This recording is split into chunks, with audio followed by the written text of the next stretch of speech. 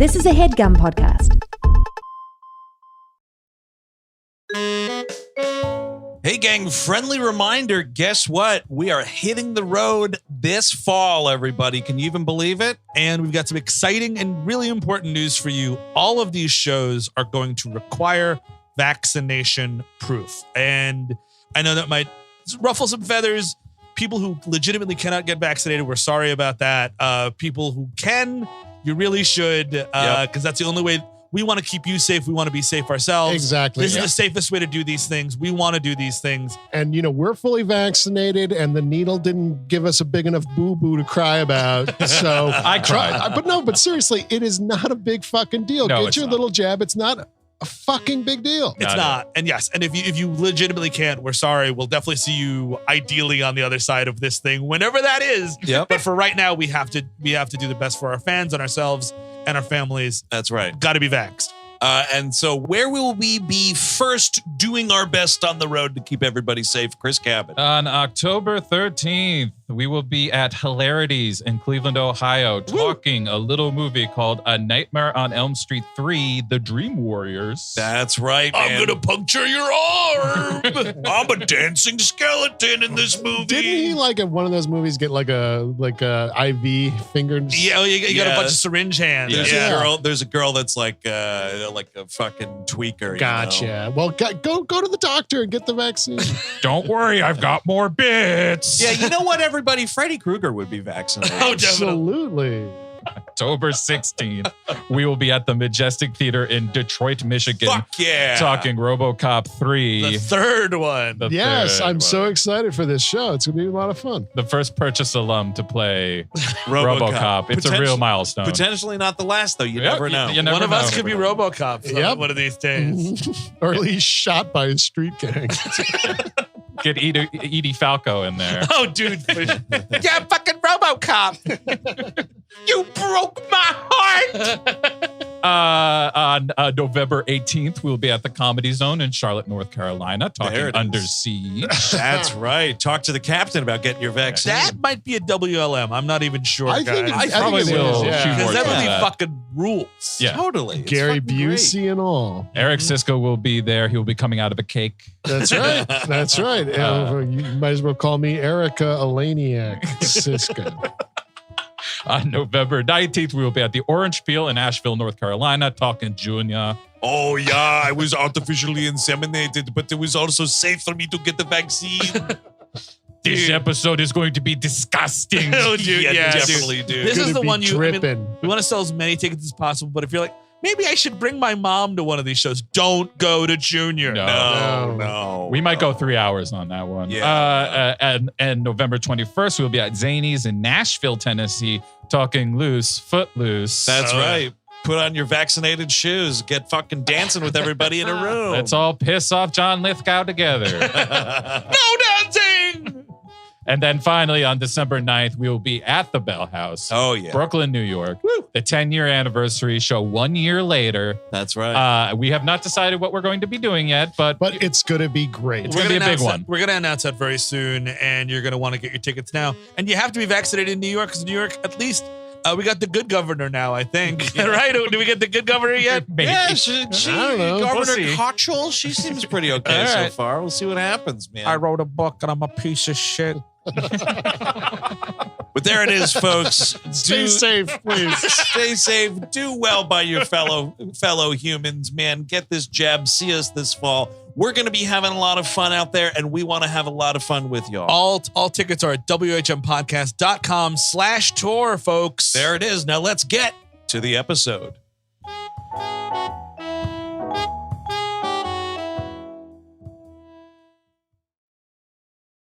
This week on the program, we're going back to school and laying low. It's Hiding Out. I'm Andrew Jupin. Steven Sadak. Eric Siska. Chris Cabin. And we hate movies.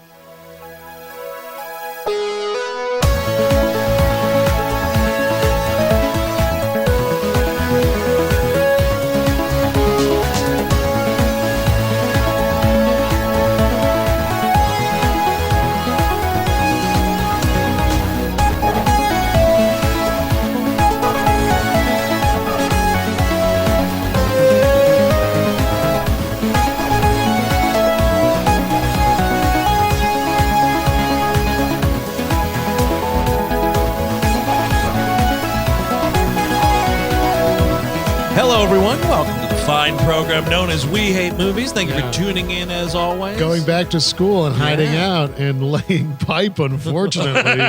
Holy shit. We are recording this in the AV room of a local high school we have broken into. Yes, true. We're trying this out just once. We're sleeping in the basement, making friends with the alcoholic That's janitor. right. We're replacing the boiler. We're literally laying pipes. I wasn't referencing anything. Eric, he does not unsheath his hog in this film. To He be fair, Does not. He absolutely does not. He does not, but he's He's trying his best to unsheath. He's building that castle before he puts in the plumbing. Exactly. This is Hiding Out from 1987, directed by Bob Giraldi. A cursory glance over this guy's filmography. Nothing really totally leaps out, but something caught my eye also around this time, a little earlier maybe. Do you know something this guy directed? No, please. This guy directed the Pepsi commercial where Michael Jackson's hair caught on fire. Oh, really? Yeah. Oh, shit. Yep. He directed that. He directed a bunch Good of job, music though, videos. right? I think that's cool. He tried to put a stop to it. Yeah, Exactly. he tried. He accidentally got a fax and got pissed off. He made this movie and he knew what to look for. Do you think he's putting it on his personal resume? Oh, definitely. Yeah. No, Because that Mike, wasn't his fault. No, Mike, this kerosene will make your hair really shiny. One thing up front I about want this to be movie. paid in fax machines. He could afford his own fax machine. One thing about this movie right off the top, you know what you're getting yourself into, dude, because it is a De Laurentiis Entertainment Group production, which means you know that they were this close to going bankrupt at all times making this movie. Well, I just love love it. you see the great big Dino sign. Totally, dude. Honestly, Yep. market quality. Yeah. This never happens. I was watching it. Like my wife Jen went to do some other stuff in the other room, and I was like, she's like, I'm not gonna watch a John Cryer movie. That happened. This soundtrack started. I was like, come in here for a second. And did you hear the soundtrack? We watched the movie together. There you go. Yeah, It's yeah, sucked yeah. That's right just in. it's that 80s shit, dude. I'm a Yep. sucker for it. She's a sucker for it. She loved it, right? Of course, yeah. Great Not movie. loved it. Now, let's I want to be clear. I didn't love it. She didn't love it. Now, Eric Siska, this was a Yes. Siska Select, so why don't you It boil is. this fucker down for us? Okay, so John Cryer, and by the Yeah. way, I've seen this movie probably like 5 times over my life. Okay. Just somehow was on. Was this on like a TBS or TNT? It was on television. Oh, okay. Does that clear it up? No, like I didn't know if it was an HBO thing or like I every don't. day. I don't remember. But so the plot of this movie is basically John Cryer is a like this like stockbroker-esque guy in Yeah. Boston, I guess. Yeah. Who I didn't even know they had finances up there. Oh yeah, we got Wicked Finance. Oh, we got fucking finances out the ass, bro. Who somehow unwittingly launders money for the mafia and now is going to be killed by them because he's set to testify against them or whatever. So Right. he eventually, through the plot of the film, we'll see, he goes to hide out in a small town with his cousin and he enrolls in school. What would you believe that? He enrolls in school. He hides out in school and he meets some people that he wants to take down with him, I guess. This is a movie where it's like, wow, Yeah. you know you're in serious mafia-related trouble. Like, hitmen would have to be coming after my ass for me to willingly sneak back and enroll in high school again. Here's the problem. At no point in the film, there's never a scene where Keith Coogan is like, hey, cuz, why are you going back into high school? And he says, great question. And let me tell you why. They never explain why he goes back to high school. He Yeah. could just hide out anywhere. He could get a hotel room and not go outside. But this is more fun. It's Billy Madison with guns. How else am I gonna get able to hit on teenagers, huh, Patrick? Explain that to me. Only way this makes sense. And they never explain, it's Well, crazy they never explain it. to be fair to the character's motivations here, he eventually goes to the school administrator's office to meet with his aunt or His whatever. aunt, who's played by John Cryer's real-life mother, by the way. Holy really? shit. Yeah. Huh. And they mistake him for a student. So he Yes. goes with it. So it wasn't necessarily his idea. Sure. It's not his idea. Yeah, he's like, oh, say this might work for a while. And then, like movies sometimes tend to do, especially in the 1980s, things get a little out of hand. Well, I was going to go to the library and get a copy of Ivanhoe, but I guess I could go into high school. Oh, yeah, hit on some teenagers. Come on, honey. But it is like, yeah, his life would have been much easier if he just made contact with the aunt and was like, this is the deal. I need to hide out in your house in Delaware. By the way, someone asked this on the text thread last night. Did we ever figure out other movies set in Delaware besides Hiding Out? Until they make the biopic of Joe Biden. Oh, yeah. Then you'll get a lot of Delaware. Yeah, I don't know of any other Delaware set movie, which is it's a great question. Then he gets there by train because that's how you get to Delaware, my friend. It's the only way. They don't let cars in there. Also, by the way, just even hiding out with your next of kin seems pretty stupid to me. Also, a huge problem. Well, the beginning of this movie, which rules, by the way, where it's like great film. The go-go 80s, we're having it. John Cryer's beard, by the way, he looks like Paul McCartney in Wings with this He kind of looks good with this. He does. beard. It's a fake beard, obviously. Sure, but he kind of looks good with it. It looks like he's like doing Ellis from Die Hard cosplay. Yes. Oh, yep. Guys, come on. We saw the movie. Come on. No. He was the jerk. He was always on coke. Come on, don't make me say it. Here, I'll do the thumbs up thing. Does that Ellis, God, fuck. Ellis from Die Hard. That's my Halloween costume. Fuck, I'm going home now. No, and my wife is Alan Rickman. You didn't see this? Come on. Directed the film PCU. I have this little bullet hole in my head. She's got the gun around. Come on. There's coke in my mustache. That's a fun couple's costume, actually. It's not too bad, right? But and like you start and like you don't understand what's going on, but people are taking pictures of these three young guys, stockbroker types. And like you find out that they are in the middle of they're about like days away from testifying in court. Days against this huge mobster. And they are so relaxed about it, except for the one guy who buys a gun. I'm like, I'm with you, other guy. The guy who buys the gun, and the only reason he's nervous, he's like, oh, the trial got delayed 30 days, so I need this gun. That's a character actor, Ned Eisenberg, who's been in 1,000 movies. I think he like lived on the Law and Order set. Like he was there all the time. He was big on this. He was a lawyer. He was whatever. Yeah, you'll see him.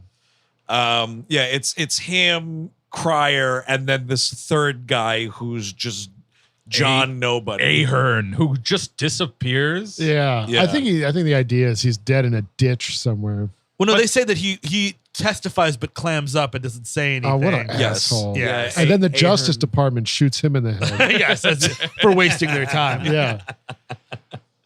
But they're like trading stocks and everything. But like also, if you're really nervous about all this and you're about to testify against this mobster, I feel like the whole witness protection thing already has to be engaged in some degree. Big agree. Like, and especially if it's such a huge trial and like there are cops involved, they would be like, all right, you know what? You guys need to lay low for a couple of weeks till the trial. Yep. Don't wait till one of them gets assassinated. You've They already not done your job when one of your witnesses gets assassinated. Are they in the same city? They're all in Boston. Yeah, and the Greek and the fucking bad guy too. Yeah, right? yes. Yep. What the fuck? Go to a Insane- farm. It's insane that they're still going to work. It's insane that they're still in the same city. And they're still so focused on work because, like, even after they go out partying at nightclubs, which that's the mafia's fucking inner sanctum. What are you doing? Yeah, totally. And but then the one guy wants to leave because the Tokyo markets are opening up. Yeah. Got to go fire up the modem. And it's like, stop working. Yeah, I guess maybe that's a little bit of a note about just the go-go 80s in general, I guess so. Yeah, and yuppie culture, Well, because etc. like Cryer's trying to get laid. He's like, I see a sexy lady across the way there. And I'm like, that sort of makes sense. You're about to die. You want to get laid. I understand that. But what like, if it's a hit woman? That's a good point. Yeah. Well, she better do a good job. Ladies can kill too. They sure can. Definitely. Some, usually it takes 30, 40 years of marriage. Am I right? Yes. Salute to all the lady assassins out there. Your girl bosses, I love you. Oh yeah, But it is. yeah, so like he's trying to get laid. This one guy goes, like, I'm gonna go home. I'm gonna relax. He's the nervous Nelly guy. Yeah. Gonna go home, put on a CD, and go right to bed. nice. Dude, CD, you catch a dude. look at this fucking like clearly 80-pound CD player. Absolutely. I want to quickly mention at the bar, Miller High Life. Very nice. interesting. Yeah. Because Cryer's 22 when this movie was made. And like that's why I guess they put him in this fucking weird. Like he wears this fake beard for way too long. Yeah. Oh, he's supposed to be older though, right? Yeah, Or- he's also. Well, they say later in the movie because the whole movie I'm pulling my hair like, how old is this guy supposed to be? Right. He says at some point, "I'm almost 30," which to you have to say he's either 28 or 29. Right. Yeah. You would only say that then. Yeah. Yeah. So that says a lot about what this guy's doing in this movie. By the way, Sure knowing does. how old he is. Sure does, dude. Goodbye. Sure does. you know, they always say like I could go back with what I know now. Yeah. Right? Yeah, you're not actually supposed to do it. You're supposed to give that. That's supposed to stay in the bank. So this guy goes to bed, puts on a nice CD, gets shot in the fucking head. Ooh, I think with his own gun. Is that Yes. what we're to believe? Yes, That's yeah. embarrassing. Bit of a tone problem with this movie. The insane violence with the Well, wacky To hijinks. be that's fair, what- you don't see the guy get shot in the head. You see the gun put to his forehead, and Sure. he starts to wake up like, oh, and then it just fades to white. They do try to do stuff to make it a little more kid friendly, like the main assassin looks like. I mean, they make a joke about it. He looks like Dracula. Yes. Yeah. I mean, more like, to be more accurate, he looks like the member of the Misfits that got kicked out after the first record. You know, But like, yeah, he looks goofy, and you're like, okay, I guess this is funny now. I understand the tone thing, but at the same time, it's like, well, life can be funny and life can be dangerous. And Sure. I appreciate that the weight of the streets is around. That's what's awesome about these kinds of movies, right? It's like it's a dumb as dick premise, but like they are able to ride the line of like there's mob related hitmen, and that's a plot, and then also the high stakes world of a high school class election. Sure. This movie treats both with equal weight, and movies like this don't exist anymore. The diner scene, which we'll talk about in a minute, is straight out of RoboCop. I mean, like, it is Absolutely. just like Yeah. fucking great. absolutely right out of It's so RoboCop. The good. squibs, the loud, the whole goddamn thing. John Cryer hilariously jumping through a window. Yes, it's all just- great. So this guy dies, his best bud, and like he's like going to work, and the fucking feds finally swoop in and like, we're gonna put you in a safe house, and then it's 2 weeks pass by like that apparently. Yep. This is a really fun transition. I think, the little visual comedy here, like they're grilling him at this safe house of like what happened at Yasgur's farm or whatever. And you as the audience are like, oh, what's this? Yeah. And they pull back and they're playing Trivial Pursuit, Sure. Right. which is fun. Yeah, I it's liked fun, it. of I course. appreciate it. Last night I was like, oh my, I forgot about this part, mother.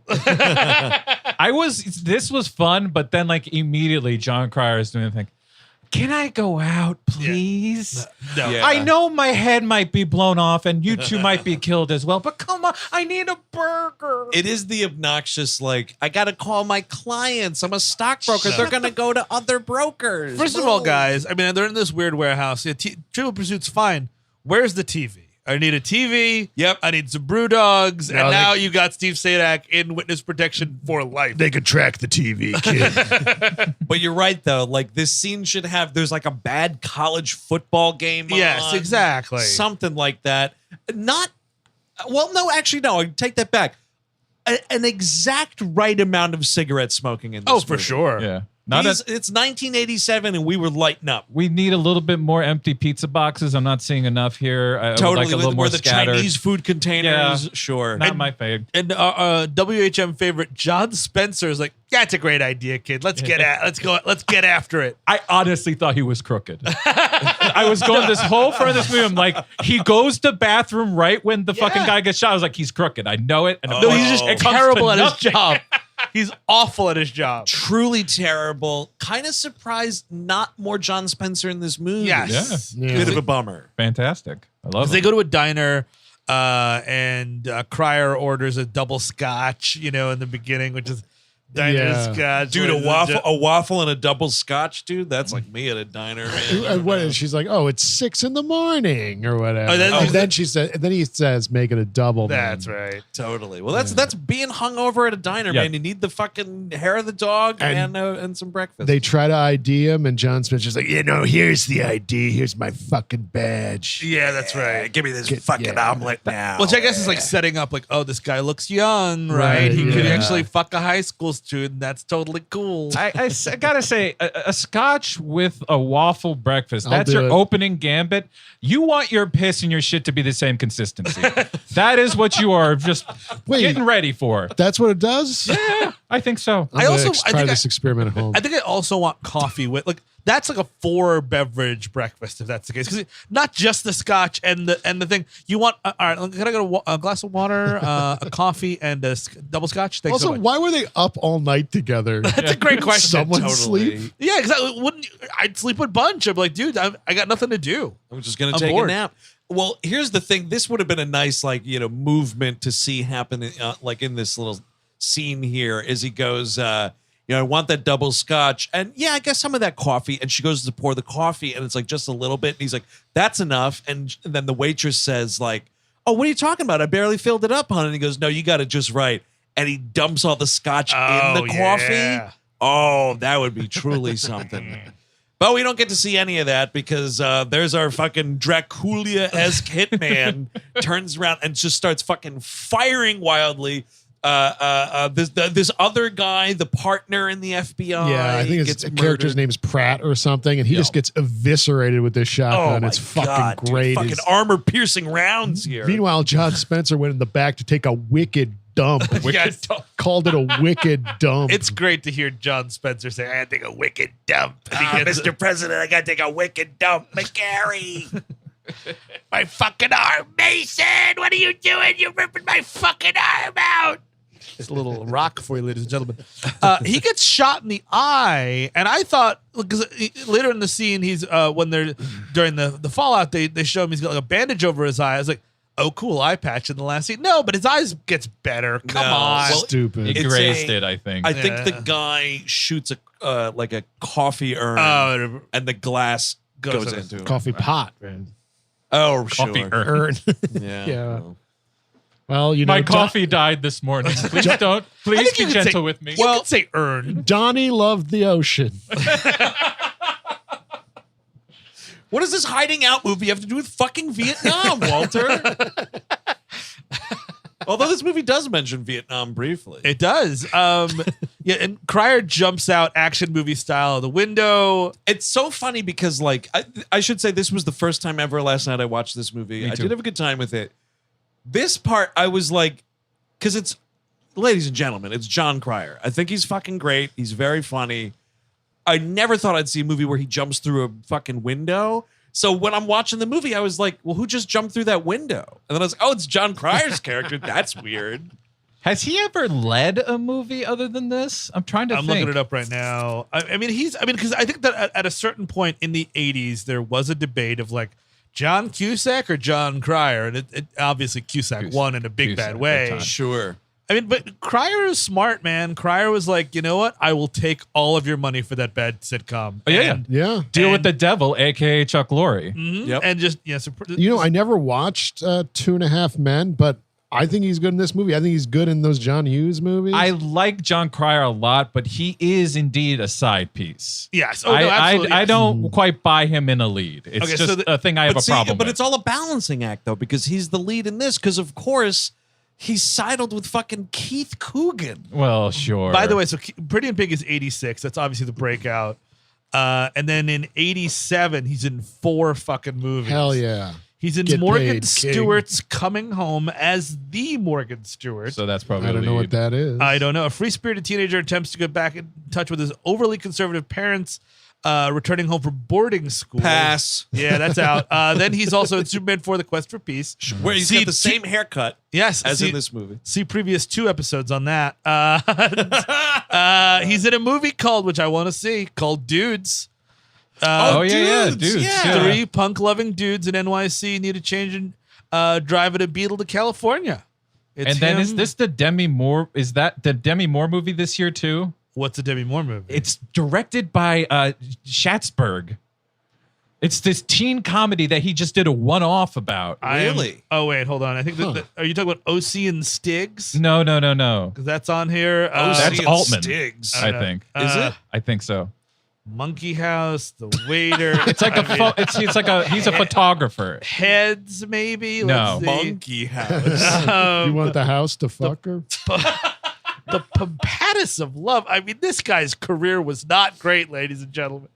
Well, we're talking about him today. That's more It's than true. we're not talking about very you, true. listener.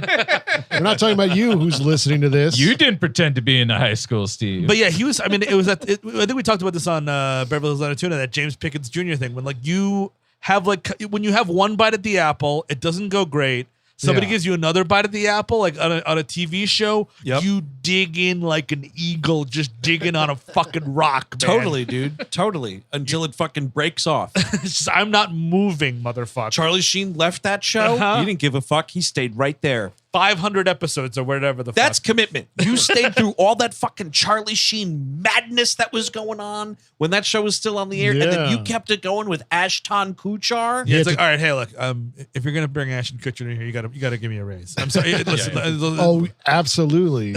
I'm going to have to talk with him. You have to understand this. It's going to make a problem for me. Chris, did you find this secret movie? Okay, so this movie is called No Small Affair. Uh-huh. It's from '84, and it's Okay. him as like a shutterbug who becomes obsessed with Demi Moore. And it's directed by Jerry Schatzberg, the great director behind Scarecrow and The Panic in Needle Park. And it's just this like teen He did a stupid movie. teen comedy. It's awful. I got to see it. That sounds great, honestly. I love so after he jumps out the window, there's like a chase through Boston kind of, and he makes his way to the train station. I Yes. guess it's Union Station or Yeah, whatever. whatever What's that is. Boston's train station? Yeah, who cares? Point is, Fenway. the Amtrak. he's running on the tracks. He catches up very like, The Fugitive or like Sure. Hitchcock or something, like grabs onto a train. I love him giving the finger to the assassins. That's pretty great. I also. Well, the weird thing is his shirt is covered. It looks like a fucking Reservoir Dog. Totally. And then Yeah. when he gets to Delaware, he's just walking around like With blood they're on not- him, yeah. The conductors are like, ticket, sir. Also, who did you kill? A dog. I'm sorry. When he gets to Delaware and he gets to a store and everyone's looking at him, he's like, I had a bloody nose, like a real bad bloody Oh, nose. I'm really like, no, bad. no, you're covered in blood. My You're li- my favorite thing about him running for the train is like this assassin is shooting at him Yeah. while there are all these things blocking him. And then at the end, when there's nothing, Yeah. there's a good, I don't know, maybe 50 feet there where there's nothing blocking him. He's like, you know what? He won this one. You know what? I give this one to him. Yeah, you know what? If I shot him now, we probably don't have much of a movie. Where's the challenge? he goes to Delaware. He gets a change of outfit. He dyes his hair and also dyes. And it's a thing he does in Superman 2, this like weird wingtip blonde thing. Yeah, like blonde on the sides only, like a skunk, like a reverse skunk. Also, Ooh. like blonde makes sense. You shave your fake beard. That's easy to do. Oh, I'll just rip this off real quick. I would go full blonde if I was hiding from the mafia. See, but I think the thing is, like, full blonde, you're like, that's a disguise. But you see, like, the Paulie Walnuts, like Sure. the punk rock Paulie Walnuts, then it's like, well, and he has to intend to live his life like that. Well, you That want was to a want to choice. stand out as much as possible. You want to Yeah. draw as much attention to yourself. I guess he's trying to pose as like a punk kid, I guess is Sure, the idea. yeah. Because at this rest stop area, he gets a skeleton t-shirt, which is a pretty good find for this place, I gotta say. And he still wears the slacks, and then he trades his jacket for, there's a hobo outside. My favorite scene This in is the so movie funny. is this hobo trading jackets with John Cryer for a pack of cigarettes. Pretty great. And It's just this random assortment of homeless people hanging out in Yeah. this huge field. And it's like one of the scenes in the movie that actually feels like it goes on longer than it should. Yeah. Yes. And the rest of it seems kind of well paced, but this one is going on for a while to the point where this dude is like, "Hey fellas, look what I got. Cigarettes." Italian jacket, fellas. Also, all right. Then everyone he's meeting is just like, oh my God, he smells like shit. I mean, the stench on Yep. this jacket. Could you Yeah. imagine? Yeah. A big heavy wool jacket. This guy's been sleeping, fucking, You got to and stop shitting at a in. dry cleaners. Or something. Yeah. Coated in aged vomit. Oh, God.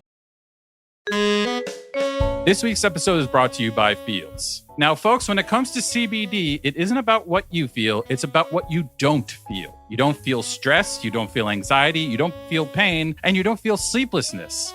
It's helped me in all of those areas, but most of all with sleep, where every other kind of sleep aid I've ever used has left me feeling groggy. CBD helps me go to bed and wake up without feeling like I'm fighting off a cold.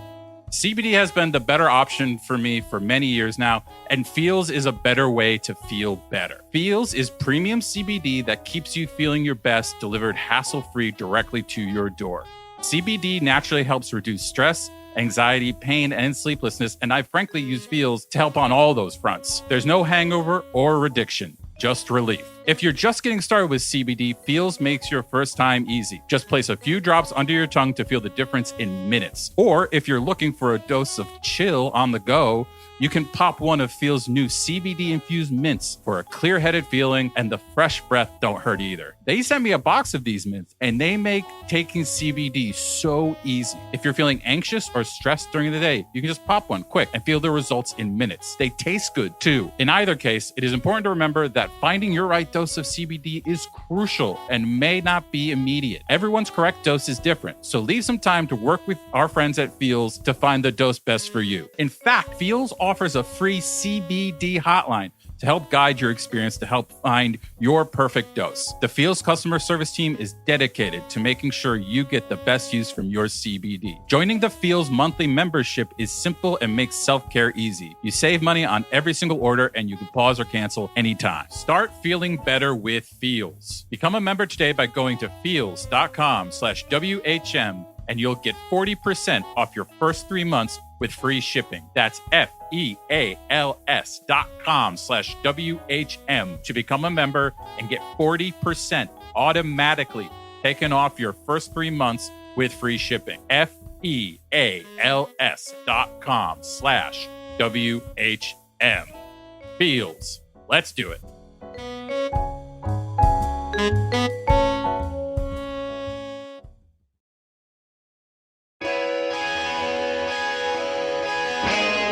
Today's episode is brought to you by BetterHelp.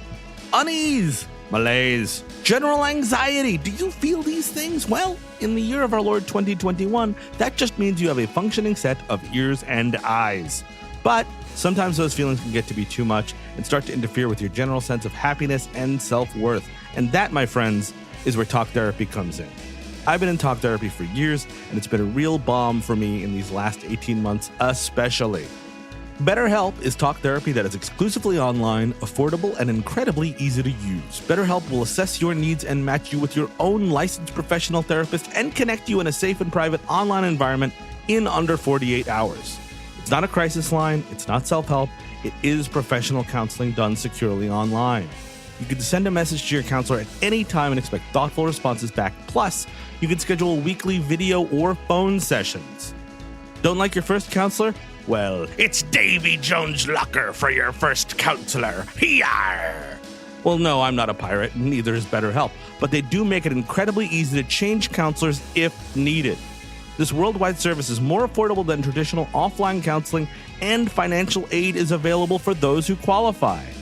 Since this service is online only, you do not have to be limited to the few counselors that are in your neighborhood or on your network, which makes it so much easier to find a counselor that is specialized in the field that you need. BetterHelp has counselors that are specialized in depression, stress, anxiety, relationships, sleeping, trauma, anger, family conflicts, LGBT matters, grief, self-esteem, and so much more. Now, anything you share is totally confidential in this convenient, professional, and affordable service. And if you don't want to take the word of Bronx trash Steven Sadak, you can always check out the testimonials that are posted daily on their website. So what are you waiting for? Some kind of call to action? Well, it is a sponsored ad after all. As a listener of this very program, you will get 10% off your first month by visiting our sponsor, BetterHelp.com/WHM. Now that's better HELP, which is what a plate of cocktail weenies would say if it saw me coming, .com/WHM, as in wimpy happy men, or we hate movies, which is kind of the same thing. Join over 1 million people who have taken charge of their mental health today at BetterHelp.com/WHM. I do love there's a great gag around here where he tries to call, or he calls the house, and Keith Coogan answers the phone, and it's just like he's like Keith Coogan, it's 1987, he's like 15 or 16 making this movie. Very much still a disgusting shit boy. Oh, for sure, here. yeah. Oh. And he's like, Cryer is saying like, "Oh, put Aunt whatever on the phone," and he's like talking his ear off about getting his learner's permit. This woman finally gets on the phone, and Cryer's character's name is Andrew, and she's like, "Andrew, is that you? Oh, that picture of you in the paper was terrible." Kind of like the biggest laugh of the movie for me. It's weird. So like, yeah, his aunt is. He's like, "Yeah, I'm coming in. I gotta hide with you guys." She's like, "Oh, okay." And then he gets the idea. Again, he's just walking in this outfit, and he's like, "I guess I'm just gonna go to the local high school for literally no." Like, Well, no, I he's don't- supposed to meet her there because she's a Yes, nurse. Oh, she's, okay. All right. she's Okay. the school nurse. Got it. And she Okay. says, "Okay, when you get into town, I I'm going see. to work. Meet me at the school office, and we'll go from there." Make sure you're dressed up just like a teenager would be, and then sit down right outside the principal's office. I like the school setting here because it's like one of those schools that doesn't give a shit. The dejected school administrator just like calling him Sean, like, "Get in here, Sean." That was good. Oh, there has to be some type of mistake. Oh, was it a mistake when you took a blowtorch to the couch in the teacher's lounge? Man, I want to go to this high school. It sounds a lot more eventful. Seriously, Jesus Christ, it's off the chain. Yeah. Please. Yeah, so he goes in and he meets up with Keith Coogan, and this is the thing. Of all the improbable nonsense in this movie, I don't think a teenager can just go into a school and sign up to be in the school. See what happens here. I think they're trying to circle around that logic a little bit. It doesn't really hold water, but some old lady in the administrator room or whatever is like, "Are you supposed to be here?" "Oh, no, I'm new." "Oh, here's a pass to go to the register." So now it's like I've got an official thing from Right. the somewhere. head office Yeah. to go to the registrar's office. And then when he makes up his name, is pretty dude, fucking it's- dumb. When he it's usual usual suspects it? Yep. Yes, Thank you. totally. Because there's a Maxwell House cup of a pot of coffee. And he's like, "My name's Max Hauser." Yep, Maxwell Hauser. By the way, I think this influenced Usual Suspects. Oh, I for think sure. this is the movie that made that happen. They were watching this right before they put the cameras on. And then I worked at a restaurant called Half and Half. Not good. Oh boy. My father was the Jolly Green Giant. Leaving lunch out on the table. Oh, you should have said Mr. Coffee. I will say I think it's the episode, the Leslie Nielsen movie, whatever, The Fugitive knockoff. Wrongfully accused. Right. Does I think a very funny bit about a Usual Suspects joke where he's like, "My name is John Fishing." Like he's just like looking at the side. It's like it's on YouTube. You'll find it. You'll cackle if you watch it. You know where that's not funny? And I just rewatched it. I've been doing a real like early aughts like curiosities, like going back. Uh-huh. Dudes, I rewatched that first Scary Movie.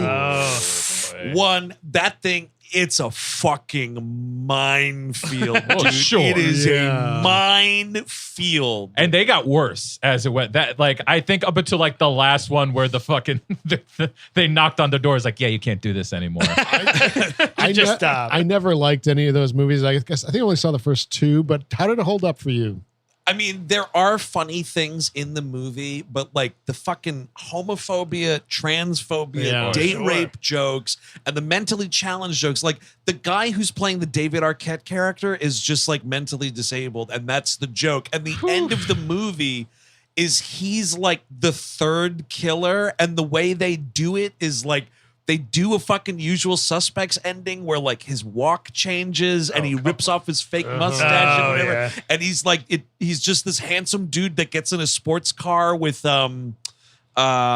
Sherry O'Terry's character, who's like the Courtney Cox stand-in. Yeah. And they just like drive off. And I was like, oh, man. And like, meanwhile, back in the police station, like Anna Faris's character is having the Usual Suspects Got it, moment. yeah. And you're just like, I think it's the second or third one that has the opening with James Woods. that's the second movie. Yeah. So they just really doubled down Look as at it this. went back. Who would have ever thought that a 1980s comedy about an adult going to high school and meeting a lady there, meeting a child there, A child. Yes. would be so much less problematic than an aughts movie.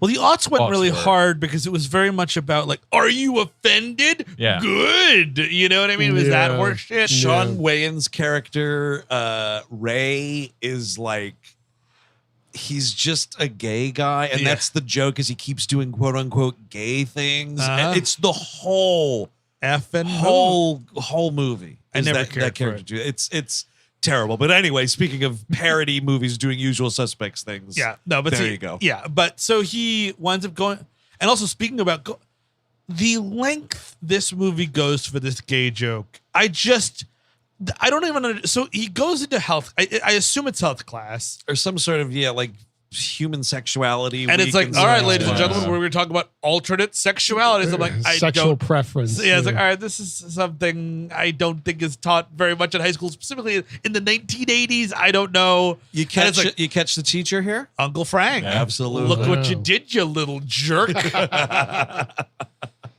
It's weird. We've got one side is heterosexuality, and on the other side, homosexuality. Mm-hmm. Look who you fucked, you little jerk. Ooh, dude, say that again. I'm getting hard. Oh, you're cooking, Frankie.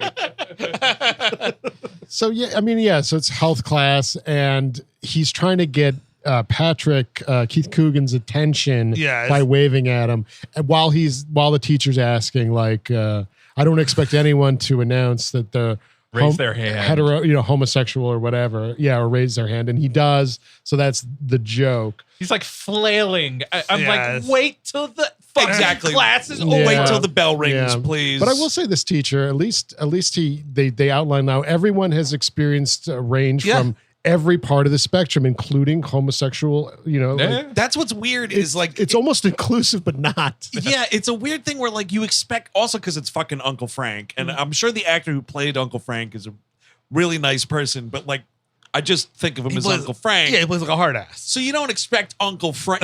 I'm waiting for Uncle Frank to have a fucking slur thrown in or make like a gag sound or something. It is weird that works out that way, but then there's a joke where he follows him into the bathroom afterwards. We should say Keith Coogan, because of the shave and the hair dye, he doesn't recognize John Cryer.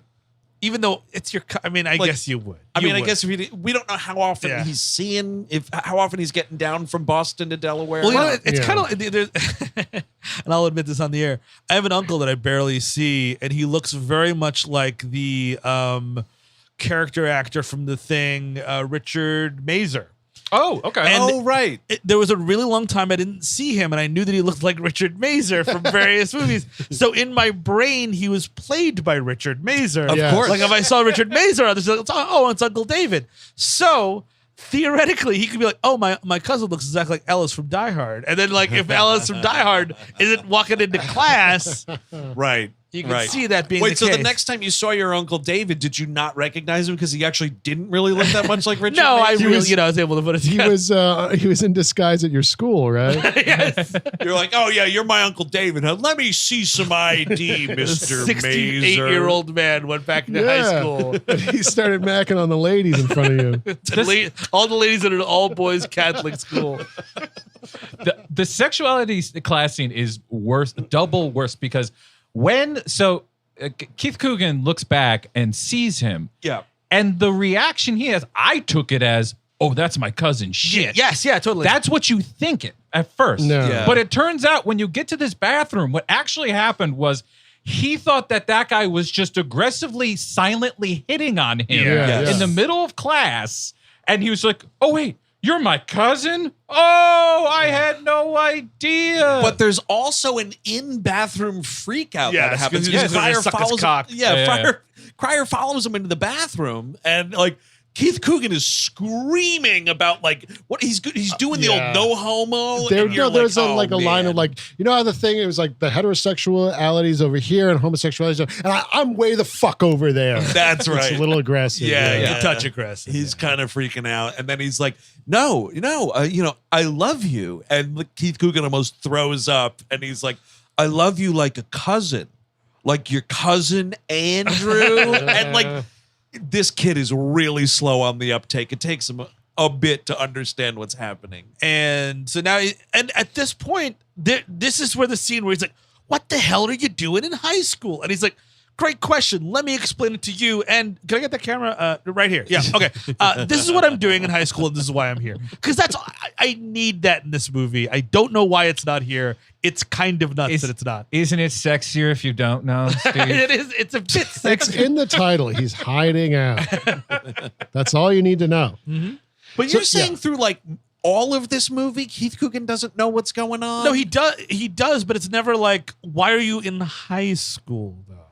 Right. That's Yeah. he knows that he's hiding from the mafia. and it's Because like, I want to fuck children. That's the only thing that I can think happen. it's like it's the last place they'll look or something. Yeah, or like sure. that way you're under kind of lock and key in the school. Try an Ace Hardware. I don't think they're looking there either. See, and this was before school shootings. Nowadays, the mafia might enroll you in high school to try to kill you. Yeah. Good Long game, honestly. He gets into a scuffle with the hard ass history teacher here because he's smoking cigarettes in the hallway. Oh, sure. This lady who played the murderous evil nurse in what the fuck, Exorcist 3? Yes. Oh, right. It's 2 a.m. Oh wow, it's her. Yeah, Good the for her. landlady from The Mask also. She's Definitely. great whenever she pops up and stuff. Quite a presence. I mean, she's part of, I think, one of the greatest jump scares in horror history is in The Mask. Exorcist 3. He was out very late. That's amazing. Yikes. But yeah, she's like giving him guff about like smoking in school. It is fucking hilarious. Like, you know, I feel John Cryer's character, like, there's a lot on the line here. Maybe stop forgetting what you're doing. He's constantly forgetting that Yes. he's hiding out as a high school student. Like, he's Exactly. just lighting up cigarettes in the hallway. Keith Coogan's like, the fuck are you doing, man? This is a high school. And like, yeah, the lady gives him shit, and he kind of like backs off. He and uses a great excuse of "It's my first day," which you gotta do it. got to do it at least once. Oh, my old high school. Is that frowned upon? Because I have to say, we were smoking in class every day in my old school. Oh, so I shouldn't be taking uppers in math class. Okay. That's good for me to know. One thing that I will say about this movie specifically, which I find interesting, is the amount of black students is really, and like the amount of like, because usually in these 80s comedies, like black is either a black comedy or it wasn't, or if it's not, then you get that like weird Animal House horse shit where it's like wrong sure. side of the tracks in quotation Yeah. marks. But like this is a pretty well integrated school where they're just like black students that are just kind of fun and hanging around like everybody else. And Yeah, it's not- weird and to it- say that in it that that's a positive, but for an 80s movie, it is. It definitely is, because like a lot of times when they show a school like this is the school that's going to be condemned because look at them. Oh my God. Yes, like yeah, Like the principal, yeah. exactly. Yeah. The principal's like that. Like there's, or even like all that fucking John Hughes stuff. Like the black stuff is horrible. Like the way that they treat black students, Absolutely is, awful. It's always like, and this is the one black student that you're either afraid of or whatever. You know what I mean? It's usually afraid of like, it's the black student, and you run away from him, kind of a thing. Yeah, it's just kind of it's everything. Play it where it lands. It's Or like all- he's an untouchable star like Whitaker in Fast Times at Yes, Ridgemont High. yes, which is also he's used exclusively for like intimidation tactics. Yes. Yeah, and yeah. and this, like, there's the fun rap kids, and like it's kind of lame that Keith Coogan wants to be like one of them, but it is kind of, it's endearing at the very least. Like he's just enamored with the culture and he wants to like know how to rap. And it's lame. Let's just say I'm thankful there's just a few seconds of Keith Coogan trying to beatbox, and then the movie just forgets that happened. Unless, unlike Weird Science with fucking what's his face, Anthony Michael Hall, when he's in the jazz club. Oh Jesus, Oh, dude, Lord. that nukes that movie Yeah. for like that's 4 bad. minutes. Also, speaking of Keith Coogan, there's some not great stuff in Adventures in Babysitting. Sure.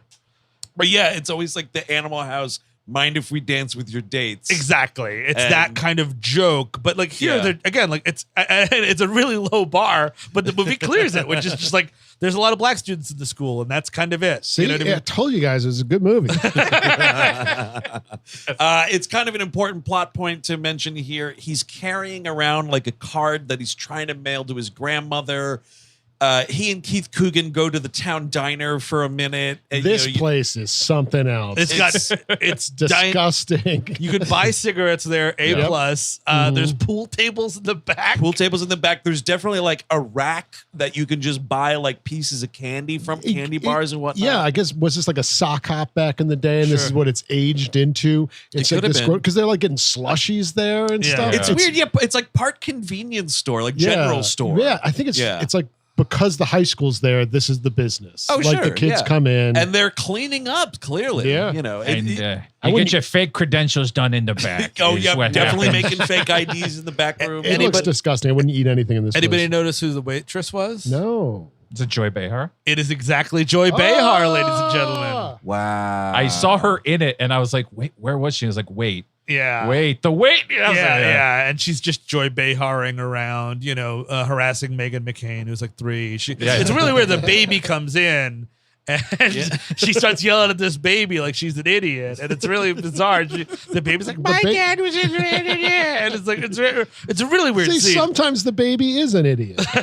Look, your daddy's not coming back, okay? You're going to be here for a while. she's a piece of shit. Sure is. Yeah. Not Joy Behar. Sure. She's lovely. But the point being that whole Letter. scene at the end of it, he drops the envelope on the floor, and then some girl finds it, gives it to Joy Behar, and Joy Behar's like, "I'll mail it off."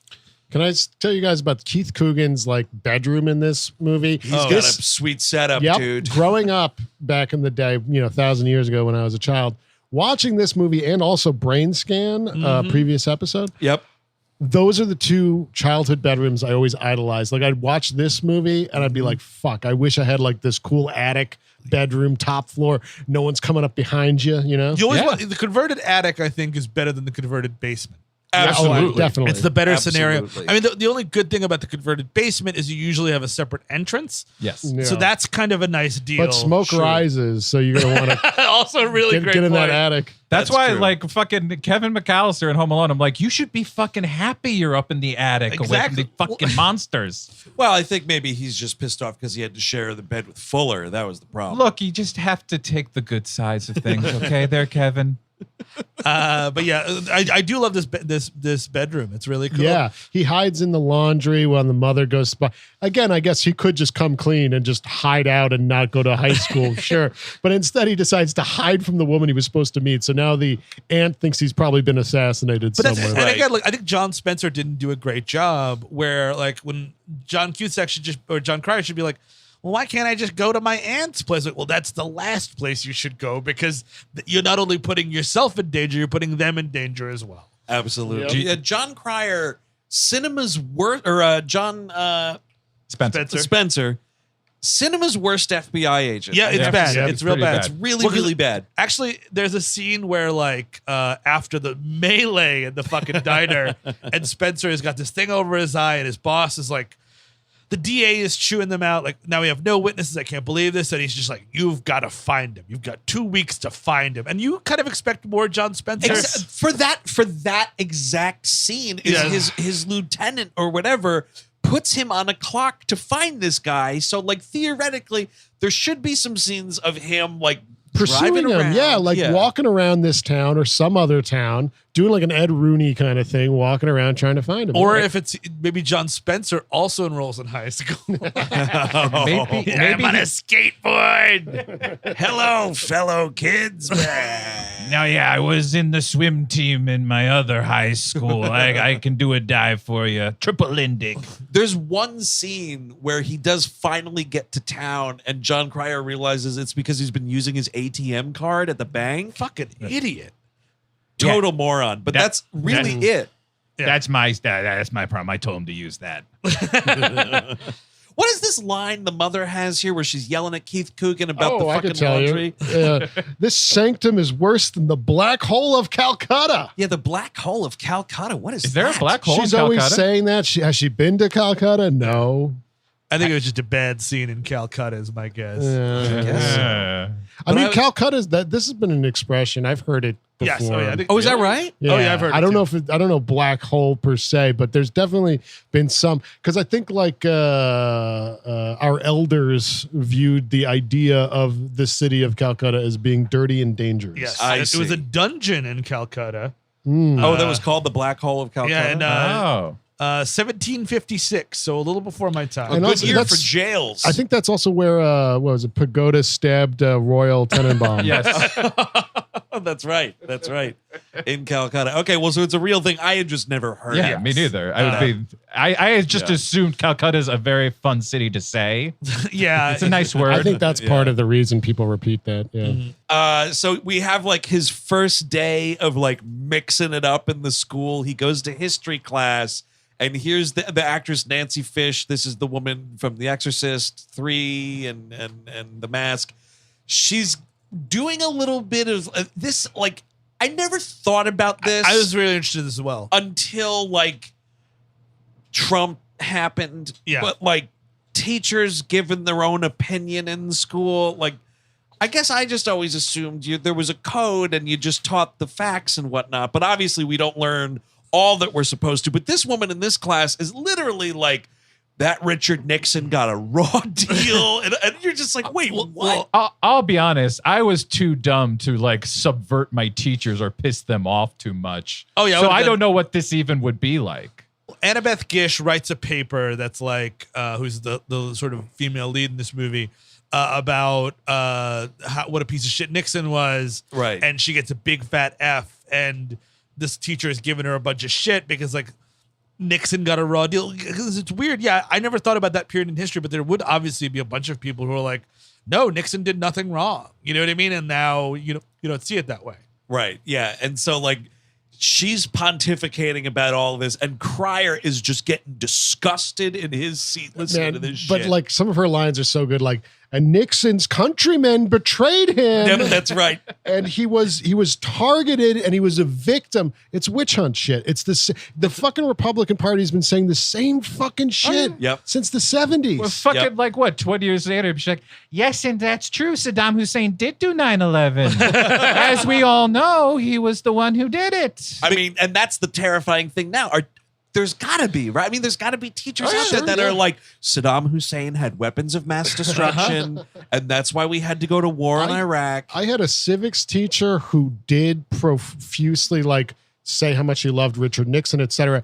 But he was doing satire. It was actually pretty brilliant. He was like kind of like the Colbert Report before the Colbert Report. Wow. Yeah. That's kind of cool. Yeah, it was fun. So he's like, listen to me, kids. Do you see how fucking stupid I sound?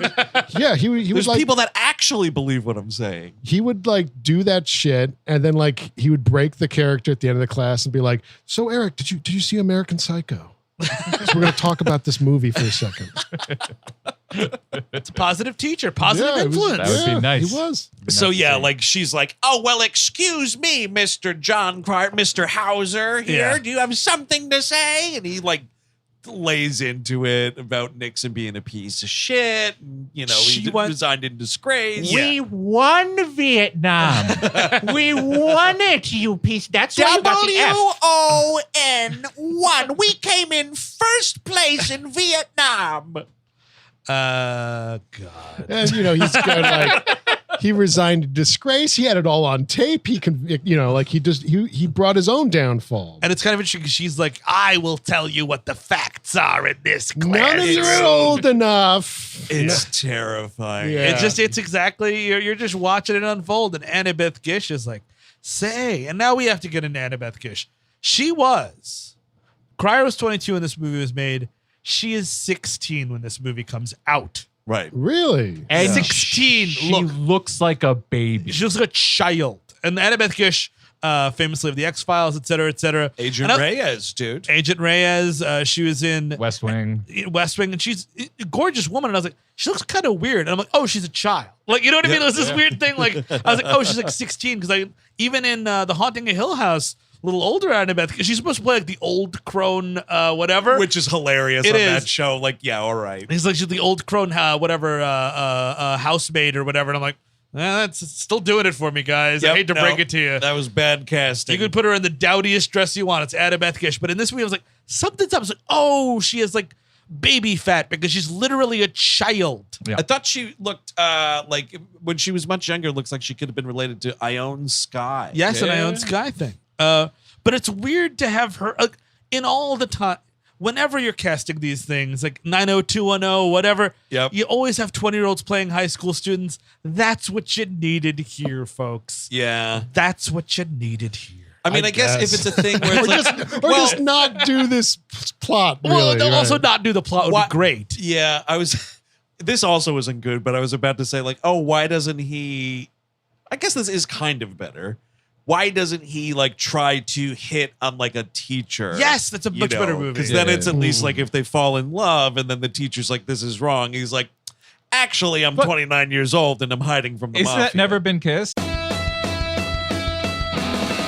I'm here to talk to you about Blender's Eyewear. Yeah, that's right. It might be September, but you still need shades. I was at a music festival this Sunday, and I wish I had brought my blenders. It was quite a Duke-tastrophe. So let me tell you about them. Blender's Eyewear is fresh from San Diego, California, and they're the only sunglasses brand I'm ever going to wear again. And no, that's not because I might immediately get involved in a jet ski accident after this. But no, I'm saying that because it's the quality and their awesome styles. I have actually got my eyes on a few of the styles that they have out now, like Bling Moon and Magic Roy. With names like that, you know you want to check these out. Chase Fisher started Blenders by selling his beachy shades out of a backpack while doubling as a surf instructor on a Pacific beach. His goal, to create an adventurous mid-priced eyewear option with the same cool factor as the leading styles. But unlike those big brand shades you've probably lost or smashed in the past, Blenders is actually affordable, so you're not going to cry when the inevitable happens.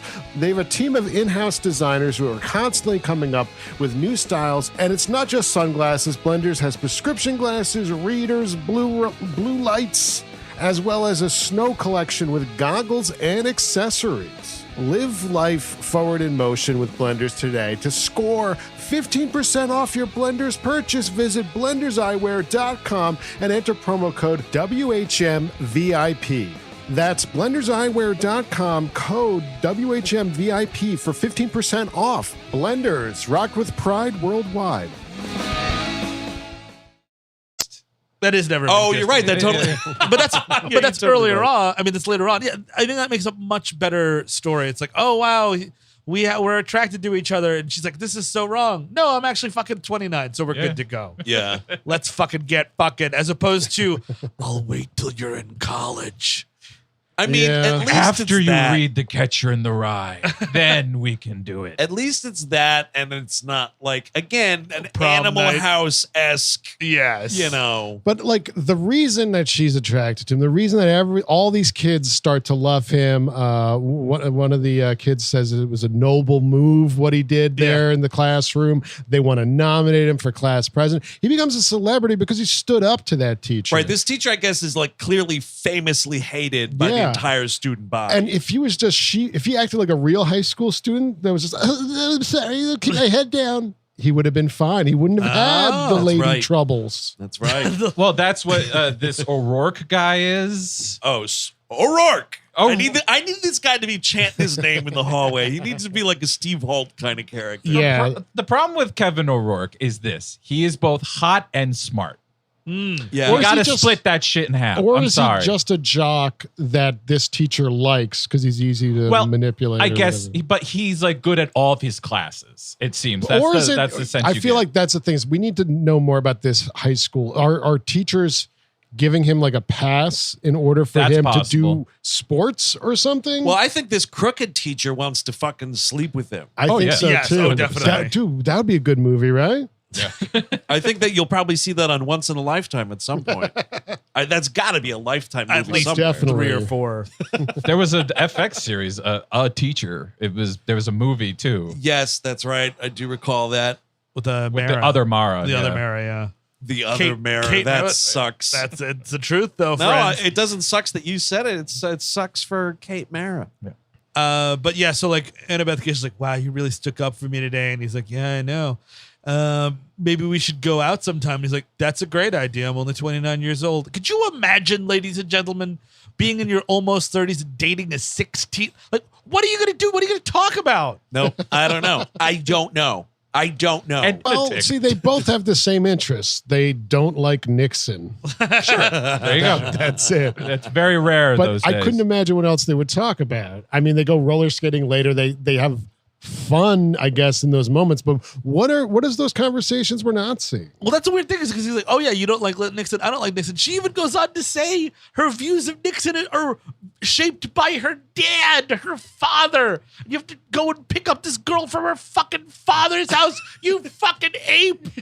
Dude, and he's going up to the door and he's like talking to himself like before he rings the doorbell, and he's like, oh please, her name is Ryan in this movie. He's like, oh Ryan, I hope you answer the door. It's been a long time since I'd had to talk to a girl's father or something like that. And it's like, dude, if you are running that back in your head, why don't you fucking pull the ripcord and abort this date? But it goes well because this is a charming man, and he can charm the dad's pants off as well. This guy's got like these model fighter planes, because I guess he was a pilot in Vietnam. And what's this? Lo and behold, he's doing his taxes on the computer, and being a financial genius. Maxwell Hauser tells him how to save $1,000. This is pretty great. He's like, oh, you're doing your return? Oh, are you, he's like, you taking the standard deductible or you going bit by bit? He's like, well yeah, I'm itemizing. And he's looking through it and he's like, oh, you see right there, if you move that there and put that over there, well, I just saved you $1,000. Yeah. And this dude buys it. I'd be like, I don't know. Maybe I shouldn't take advice from a 16-year-old. You're a teenager, you fucking idiot. Don't tell me what to do with my job. And what's great too is he like insults his own daughter in this moment too. He says, "And you're in the same classes with Ryan? She's just dumb as a brick. Fucking dumb as shit." I mean, my own daughter, she's never impressed me like this. My goodness. I mean, you blow through her ear, it whistles. But the father loves him because of this, and like that rapport is struck. He would be okay with them getting married. I'm positive of it. And he treats them to dinner, and she's like, wow, that's surprising. My dad was just complaining about the heating. So I guess he saved some sort of, this guy's about to fucking end it all in a couple of days. I think it's like, oh, fuck, here comes the tax man. Financial ruin. Dude, I've been buying all these model jets and fucking airplane glue and whatnot. Sniffing the glue. Totally. And going nuts. My glue budget, I'm just going through it because I keep sniffing it all. And I then guess I don't have to family annihilate myself after all.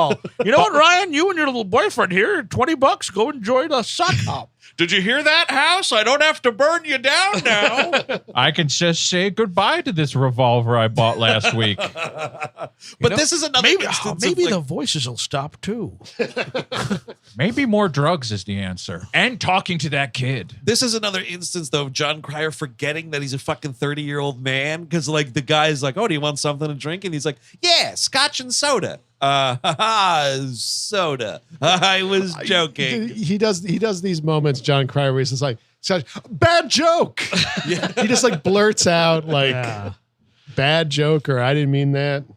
I kind of have a upset stomach. Can I get an sure soda? Well, he's also like this weird, almost alcoholic. It seems like he's always drinking scotch, man. What were you at 29? That's what am I now? Also, day trader. I mean, just his that's a good job. point. It's all where's fucking. where's the blow is my question. Where's the blow? Big question. Also, but like he needs the scotch to coat his fucking stomach lining because he's got the ulcer. Yeah, It's a good point. Probably has an ulcer. something. To that. So they go skating, and then this is another time. It's him and Ryan run on skates, and he's just an actual roller skating rink because it's the 1980s, and he's like, "Man, I haven't skated in 15 years." And she's like, "When you were 2?" And he's like, "No, when I was Your age. What exactly?" Oh, I appreciate that we got like Roy Orbison going on the soundtrack. We're actually paying for music. It's not just Roy Orbison. Oh, it's who else? a duet of Roy Orbison and K.D. Lang. That's Oh, right. Doing a nice. Roy Orbison song. Yes. Yeah. In my defense, yeah. And also, we get the cameo. Did you see this on the trivia? No. Cameo in the roller rink. The old people announcing the couple skate. The actual owners of the roller rink. Wow, that's You're looking nice. at fucking North Carolina royalty right there where they filmed this movie. I wonder if they felt okay with being like, wait, you're going to rent my roller rink. Okay, that's good. Wait, you're going to make it Delaware? Get the fuck out of here. And the weird thing about this scene, too, because this is where, like, he starts falling for her and her falling for him. And Yeah, she's a whatnot. child. She's beautiful, so he's really going for But the thing that's weird is, like, in real life, their age gap is not as large as it is in this movie. Sure. They have good chemistry together. Sure. So it's weird when you're watching the movie and you're like, oh, this scene's playing nice. They're getting Nope, she's a kid. She's supposed to be a kid in this movie, and he's supposed to be an adult. Got it. Okay. There's a moment of dialogue here that's like, you start to think like, oh, he's just saying this because he's hiding out. He doesn't want her to know. But it seems genuine when she asks about his parents. Yeah. That they died in a car accident and he was raised by his grandmother. No, it's okay. Like, it's not, it's fine. The Spider-Man kind of a situation. I'll be honest, I did pay attention. I saw Ron and Eileen there running the roller skate rink, and I was like, that's it. I don't care what else is going on. But that's hometown pride right there. To Steve's Spider-Man point, he is trying to shoot webs at this. It's true. John Cryer would have been a good Spider-Man in the 80s. I could have watched that. Mm-hmm. Yeah.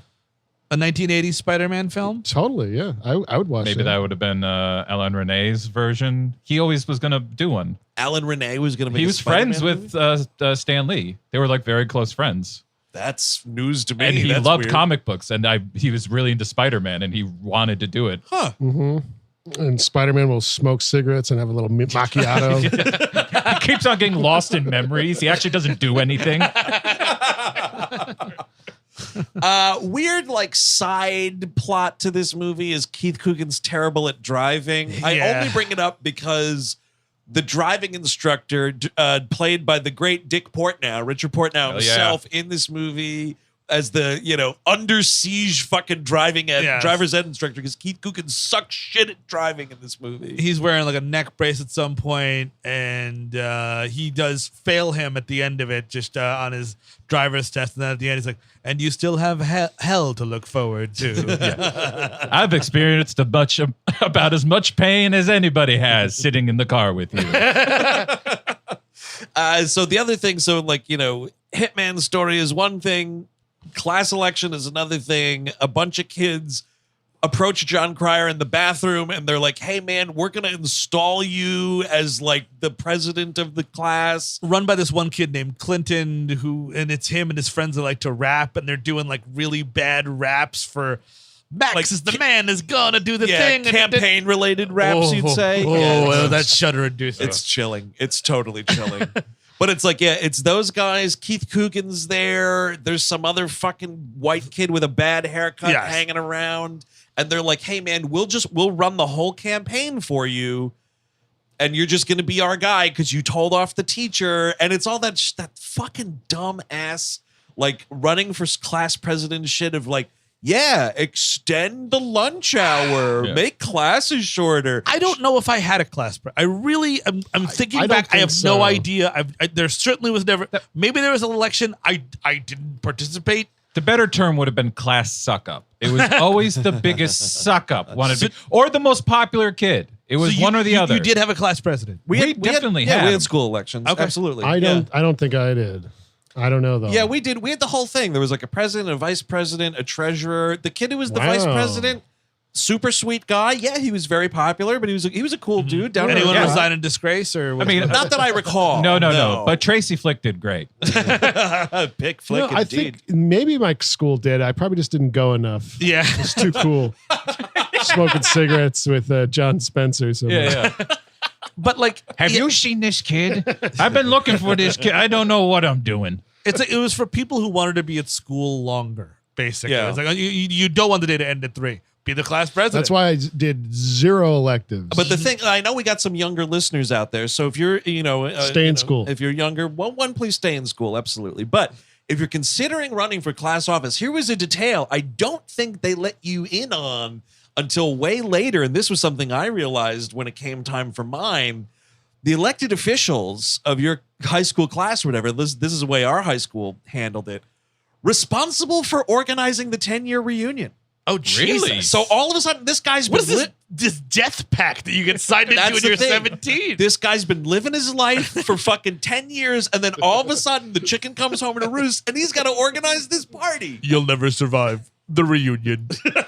Yeah. We know you were the class president, and now you're managing a Bojangles. But could you get this together for us, please? One day, you'll be called upon for the reunion. You have to call people who don't like you.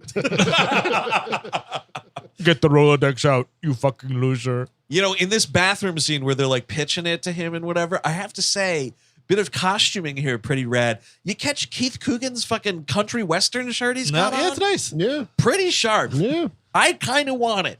There's some good threads in this. There were a couple good wardrobe choices. Yep. I have skipped every high school reunion that I've had. Oh, yeah.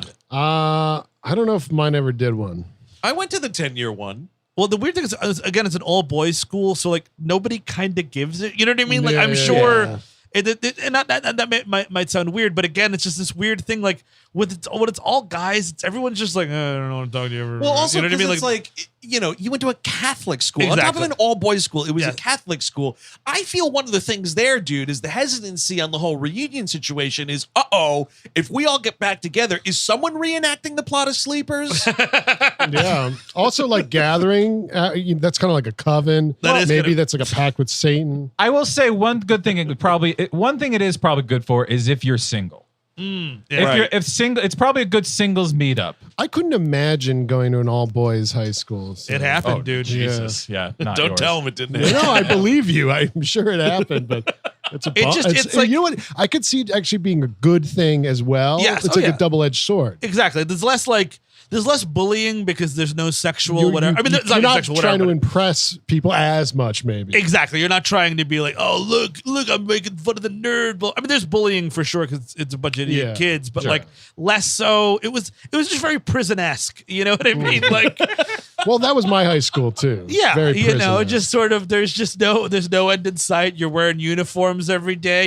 You're sneaking cigarettes out Yeah. there. Gee, this thing is like, I'm like, oh, You're trading uniforms, pornography in the hallway. uniforms. That's a way to not really make a fashion foul. You know? Exactly. And it cut out on all that. You Wait know? a second. Trading pornography in the hallway? Oh yeah. Like slipping each other's hands like you're giving someone like a bag of weed? Little doodles you did, or is No, this a the buddy of mine real had it- the stuff? Printouts. Buddy of mine had a business. He had illegal cable.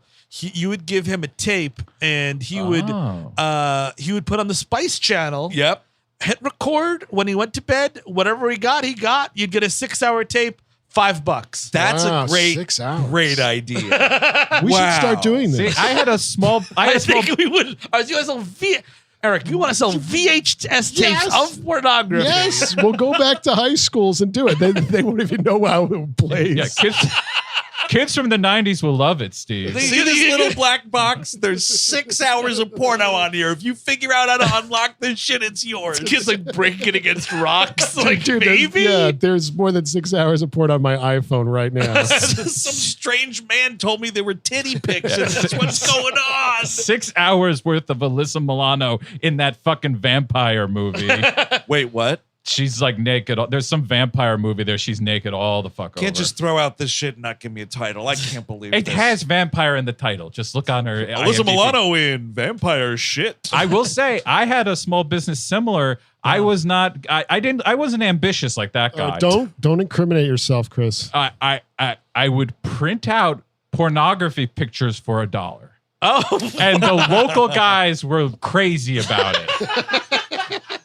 Really, you're going down to the old watering hole, getting all the fucking veterans. You're like, here, guys, just a Was- buck. no, one of my- Softcore or hard? Softcore. It was just like Yeah. posing pictures. It wasn't even like That's nice. Were you the only Classy, one- classy. Will Yeah, you do it like keep it Gillian classy. Anderson fake nudes too? Oh, no. all those It was fakes. like Yeah. Scoreland Fakes. Oh, okay, stuff. got it. Yeah, Got yeah. burned by those. Oh, totally, dude. Them, the Jennifer Anistons of the internet. You could find Playboy No, but wait a printouts second. pretty easily. Here's the biggest question, though. Okay. Like, were you the only house in the neighborhood that had a printer? I was the only one who had full access to my computer That's and the printer. move. Yeah, you got a door you could close. Whatever you're doing in there is whatever you're doing in there. Parents That's not the- home alone. Oh, my mother was never home. But like, yeah. But the one thing about those tapes, by the way, always wrestling names. It was like Monday Night Raw, Yep. whatever. Smart move. Oh, fucking pounding night raw. Exactly. WrestleMania 1999.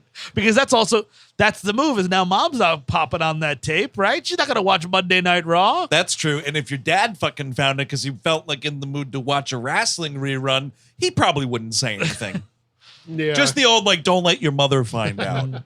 that'd be funny if it was like you were with a single father and you're like, Bridges of Madison County. Young and the Restless. Steel Magnolias and Terms of Endearment. I have a long weekend.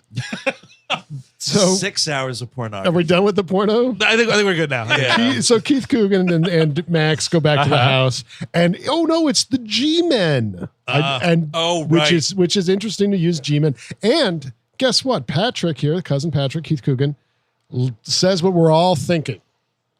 Doesn't statutory rape ring a bell? Yeah. It's amazing that the movie even says Right? it. It's kind of insane. Like, yeah, movie, why don't you answer that question? Well, the movie also, right before the G-Men scene, and I'm only backtracking because it relates to it, the date ends and she's driving him home and he can't tell her that he's homeless. So he's like, oh, just drop me off here. And she pulls over and like she's trying to like make a move on him and he's kind of not having it. And then she goes to kiss him and he does the like, oh, I think I'm getting a cold. Yeah. And then the movie, like you're watching this like fucking pendulum go back and Your forth. asshole is in your throat. Because by the way. movie does that. Like he says, oh no, I'm getting a cold. And you're like, phew. And then she's like, he says like, I'm really paranoid about germs. And I'm like, excellent. And then the pendulum starts swinging the other way. And she's like, well, I don't care about germs. And I'm like, uh-oh. But then she kisses him and it's just a quick little peck. And then she's like, good night. So the pendulum swings back the other way.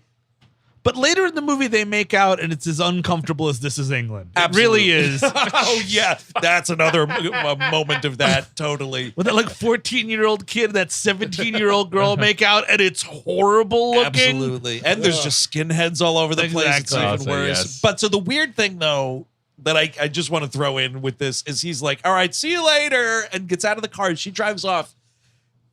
Like, he's asked her to drop him off right next to a cemetery. Yeah. And he, like, jumps up on the cemetery wall and he's dancing down the Hell cemetery yeah. wall in the middle of the night. Well, he just kissed a pretty 16-year-old girl, wouldn't you? But you can't be dancing under the moon on the wall of a cemetery. Dude, you're asking for a Yeah. haunting. Hey, he's listening to the Smiths. He's at the cemetery gates. He's happy. Well, he pretty soon maybe he'll have a girlfriend in a coma. I know. It's serious. All right, now how soon is now? Where are we in the movie? No, but this is when he becomes a Ninja Turtle and lives at school, essentially. Yeah. Because like Keith Coogan's like, oh, you can't go home because they're on to you, but I have Right. keys to the school and you can just crash there. And the guidance counselor has a couch, etc., etc. And he lives like a Ninja Turtle. He definitely does. There's a weird, Keith Coogan's got this line where he's like, oh, well, he's like, Crier asks, like, how do you have these keys? And he's like, oh, yeah, well, my mom's the school nurse. I kind of run the show around here. I was like, dude, you're just like going into your school at night. That's sad. Yeah, I'm just dealing drugs to the whole student body. I just steal them from my mom's cabinet there, and I just let them go. And this is when you really, I mean, maybe this is the point of this montage you get. It's like it's a montage of like Max fitting in at school, starting to like it, and also like talking on the PA At by night. himself. So I guess the idea, what we're understanding is he's losing his grip on reality. Yes, He's like- absolutely. He's totally lost his mind. And he's doing the like referring to himself already as like President Hauser. This is your school president. Oh, this is fun. I mean, my God. It's a bit much. You Yeah. would have to, you literally, to get me back in high school, to do it again, like even to get me in that building is one thing. For me to attend to one day of classes and homework, you would have to fucking start ripping fingernails out of my hand. Like that's what we're talking about. We're talking real torture. He's got the homework covered though, because at the beginning of the movie, like they make a bet where it's like, oh, if he says to Keith Coogan, like, if your mom recognizes me, I'll give you $200 and you got to do my homework. And Keith Coogan's like, okay.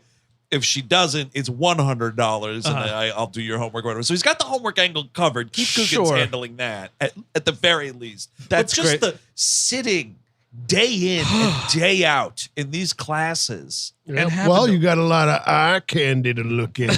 That's what it is. And he's doing like the idea of doing gym class. Yeah. Jim was tough. Gym's tough. Yeah, I would just leave. I'd be like, you know what? The Greek mafia can have their way with me at this point. Kalapados or whatever the fuck his name is. Capitos, yeah, you can fucking serve me next to a squid, dude. Go for it. Stuff me with feta and put me in an oven, you fuck. I'm done with this. That's how I want to go, dude. It was part of this montage of having fun. You know, it's the fun and games montage Sure. that included the PA systems at night.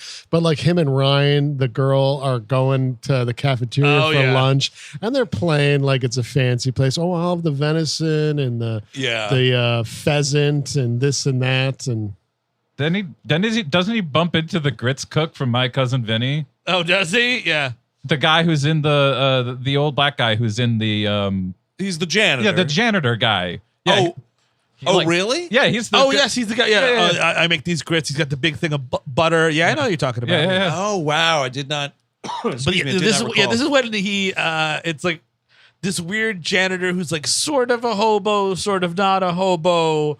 You know, he's sleeping at school sometimes. That's a thing. That's a weird thing, right? It's like, I can't narc on this kid because I, too, am doing what he's doing. it's so funny when he's like, hell, I ain't supposed to be here either. So come on. They become fast friends. They're Drinking drinking. buddies, yeah. Totally. The guy recognizes him almost immediately. He's like, oh, fuck, you're the guy from Boston that everybody's looking for. So he knows that he's over 21. Yeah. So it's good to take this kid down to my dungeon. Yeah, you know what? Sleep. Good for you for trying to fuck a 15-year-old. Good for you, buddy. Exactly. It's like, oh, you're hiding out. But I saw you got a girlfriend. That's kind of fucked up. That's right. Thank you for pointing it out. He says the title of the movie. Yeah, he says hiding out.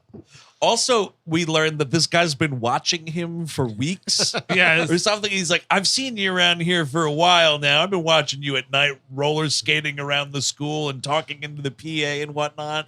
And he's like, you know, I love it. One of these montages like, attention, teachers are going to have their own homework.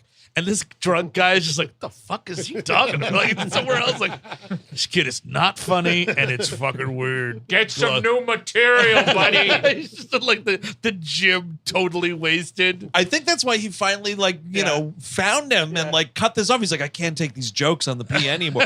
I'm trying to hide in this school basement and get wasted every night. This kid's ruining it. I'm trying to obliterate myself, kid, and you're ruining it. So he takes Max to this room that is just like oily rags next to a boiler. And It's like, where "Hey, it's sleep where here." Freddy Krueger was executed. Absolutely. You know, I'm working on this glove, Max. I don't know if you know about that. The guy has some line. He's like, oh, well, you know, obviously you can't go home or whatever. You can hide out in here.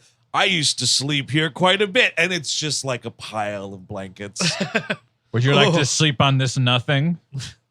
And you find out he's a boxer or he's an ex-boxer, which I guess is important for the end of the film. I guess. Sure is. And, you know, so like now it's sort of like, I think Max reads in the paper that the other guy clammed up. So now no one is going to take Capitos to trial. And he's starting to feel bad about the other guy that died. And he's like, you know, maybe this hiding out isn't such a great idea. Also, I'm really close to getting a second base with a 16-year-old girl, and I kind of feel conflicted about that. Why you're dating? You know what? I'm not going to make the whole episode about it. Go home and finish War and Peace. You goddamn idiot. On the other end of things, that isn't sleeping with children, is the school election still going on, and the history teacher lady's like, "Well, we control the ballots, so everything's going to be fine, Kevin." Yep. See, it's classic Republican stuff. Fucking Classic. O'Rourke, dude. It's rigged. It's rigged. It is rigged. It is. So Well, actually, meanwhile- the good thing is only half the votes will count because you see, we changed the voting laws in these certain classrooms have to vote this certain way. You see Sleepy O'Rourke out there? He's not looking good. He's not looking good. I think he needs a nappy nap, Mr. Sleepy Eye O'Rourke. They're gonna gerrymander like the classrooms. Like, no, only you certain kids are part of this. Yeah. Oh, absolutely. There's on the assassin side of things, the hitman who looks like Dracula goes to Cryer's grandmother's house and is trying to like get a feel for like, you know, if she knows where he might be, blah, blah, blah. I thought he was going to kill the grandmother and the stakes were going to get raised. Yeah, Yep, me I thought too. it was good. Like man bites dog. I'll just yell at her until she Till she has a dies. heart attack Yeah. and dies. Hello, madam. Could you Could you please invite me in? It's a little important. I am a very formal gentleman. There's no way I could enter your house until you invite me in. Oh, I'm smelling garlic. Could we maybe meet at a coffee place? But my gravy will burn. Come in, I'm making gravy. And That nice man turned into a bat and left. in an odd development, the assassin sees he's like, oh, are these family photos here? Yes, all my grandchildren are on the wall. And then he finds the card that John Cryer mailed her. And like, she's oddly, do you guys do this? She's kept the envelope that the card came in so he can see like where it was mailed from. Hoarder. I throw out birthday cards. and, like, Absolutely. All of them? almost all of them. You get a I week. You get a week. You get like an hour. It's just like, oh, It's thank just you so much. nice. I guess that's gone now. I feel a little conflicted with the card, but the envelope should go in the trash immediately. Yeah. Exactly. That's just weird. Like maybe one day I'll feel bad about that, but it's not going to be today. I'll be honest with you. Sure, that's fair. But yeah, so that he finds the town, and so it's like, uh-oh, the H is O now, because this fucking vampire hitman knows where to go or whatever. Yes, and this is like Keith Coogan also is upset with him because like he's not hearing enough of his problems because he just flunked the driver's test. He's got a big date with this nerd girl, capital N nerd girl here. Yeah. She's got big old glasses. The horniest scene I've seen in quite. oh, it's Yeah. really Something. something. Yeah. It's really Oh my something. God. If they weren't driving a fucking top-down Jeep, this place would be steaming right Well, up. first of all, I mean, like obviously, you know, they go see Evil Dead 2. And Yes, I loved seeing this marquee, which includes the subtitle as well, Dead by Dawn. Absolutely. yeah, it's there's only 4 people in the screening. It's him and her, and then Donnie Darko and Gretchen. Yeah. Oh, and then all- Frank. And Frank is there, of sure, course, yeah, as well. They're all watching it together. Wake up, Max. She's a child, Max. By the way, by this point, I believe No, John Cryer's got the kiddie porn dungeon in this movie. that's true. Sad world, mad world. Oh, fucking sparkle motion. Just rewatched it a couple weeks yeah? ago, dude. Still The is? Arrow 4K disc. It's beautiful. Oh, man. Movie's still I got to great. go back. I haven't seen it in a long time. Love that movie. Totally held up. By the way, around this time, Kevin O'Rourke had done some snooping on Max's school records. Oh, That's that's right. right. And he confronts Ryan because, like, he told Ryan that he's from Boston or whatever because he's telling the truth to Yeah. her, but it says Texas in the file. So he's trying to, like, wedge them apart. Yeah. Well, Texas or Boston. I mean, come on, Ryan. He has to be racist. I mean, just That's come actually on. true. Those are the two, like, really dicey places. Just break up with him. I mean, come on. He's got to be. Keith Coogan's date, though, makes a great point. Like, you know what, Keith Coogan? Maybe not take a date to see Evil Dead 2. Yeah, I guess She's so. like, that movie was not for me. It was so gory and disgusting. And he's like, that's why it's great. And like, you're right, it Keith still Coogan. works for him in the Yeah. end. I mean, I guess it Yeah. does work out for him, but like, bad first date, unless like she's obviously already into horror. yeah, Sure. Yeah. She needed to express that. She's into him. I mean, he's playing a good bank shot here because Right. she's about to give him roadhead in this Jeep.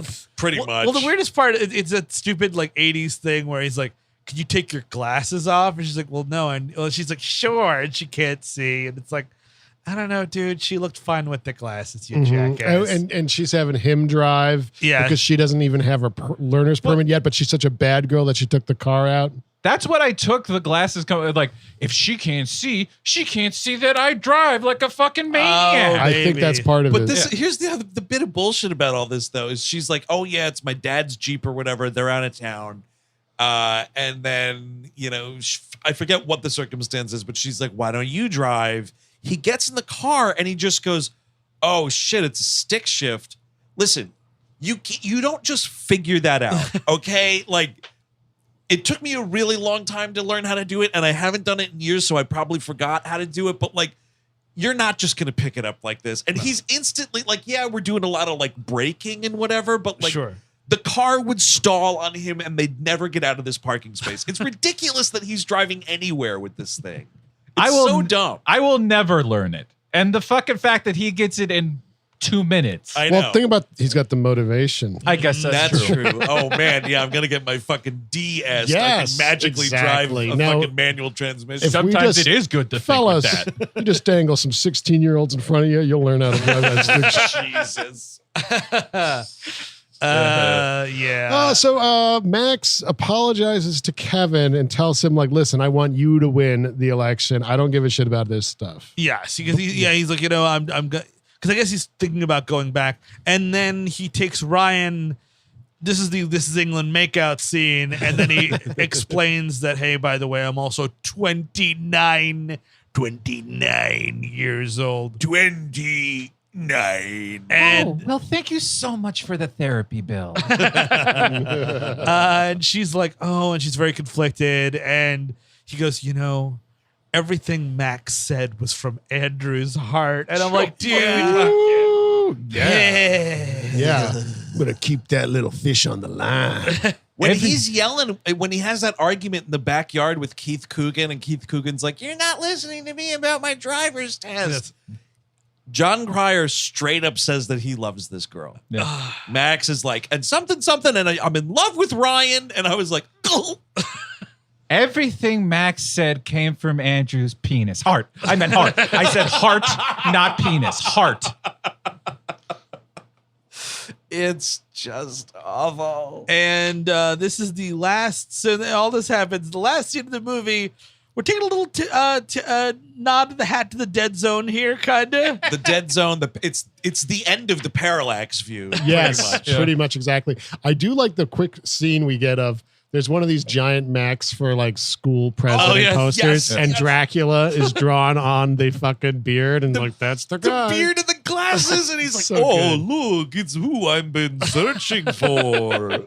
Because it's Dracula and some other guy. The other guy doesn't has even less to do than Dracula. It's really tough. Like if They you're both this kind of other look the guy, same. I guess because they want them to all look Greek. I assume. I guess that's the idea because they both got like slick back hair and Yeah, it's all shit. But like, black. Yeah, I when think it's you're- like dyed black too. Probably look Greek. yeah, but like when you're partnered with a guy who just looks that much like Dracula, there's no way you're going to be remembered in this movie. There's no way you can stand out. You're acting against Dracula. I think it's Renfield is his name. And they absolutely do not look Greek at all. The top two buttons are always buttoned. Yep, you're totally right. And nary a fucking little bit of chest hair at all. So Bullshit. is this like they're like laundering diner money? Is what's going on with this? It's a Greek joke. Yes. Oh, of course. Great Reeves. Cut it if you want. No. Let me set the record straight. That was a good joke. I thought about the fucking small town diner that they were in. Yeah. Did not make Oh, the connection. sorry. That's just because I'm stupid, but that was a I'm good just joke. thinking you about made. their great empire. Yeah, the diners.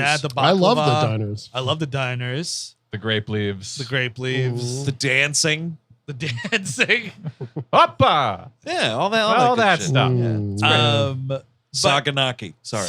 They're, it's whatever. And Max is like, Well, this is a weird thing. it's a whole school auditorium, and this didn't happen. I don't know about you, Chris, and your great school elections, but I was never brought into a fucking auditorium with like, this is the day we announce who the school president is. And that's what I was going to say. It wasn't that. It was a fucking announcement over the morning announcements. Sure. Like, so-and-so won this, Yeah. so-and-so won that, and that's it. There was no assembly. There was no cheerleaders. There was no school marching band playing. I will say I would have loved it if it was like the JNC, the SNC, the Junior National Committee.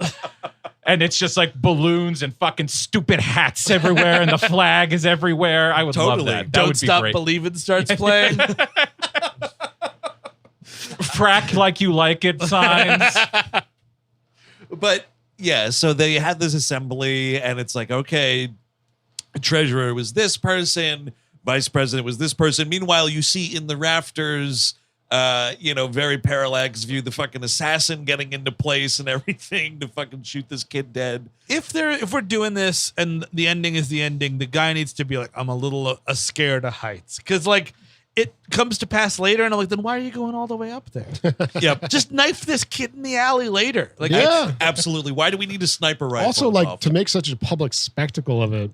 Exactly. Totally. I guess to really teach these high school kids a lesson. And that's why you don't hide out. But your point, Eric, earlier Yeah. about school shootings, I guess it's very weird that these kids are reacting to gunfire, but now this is just how every kid. It's every day for It's them. every day. Yeah. They've been prepared for this. Honestly, they're probably braver than the troops to go to fucking school in this country. It was truly bizarre watching this go down in like a school auditorium. I was like, wow, 1987 was a completely different They time. just did what you wouldn't make this movie. But you'd never have this, the denouement of the hiding out remake happen in a school. Yeah. But before the shooting, right, like Kevin wins the election. Yes. But he knows that it was rigged, and because the lady controls the ballots. Yeah, I wish I Joe mean, Biden yeah. had this kind of courage to come up and say that the election was rigged. Yeah. I just wish he'd have the fucking guts to admit it. Careful. Someone is not going to sniff out your sarcasm and you're going to fucking start this all over again. Could y'all raise your hands if you vote for me? Ah, man. All right. Raise your hand if you voted for Mr. Coffee over here.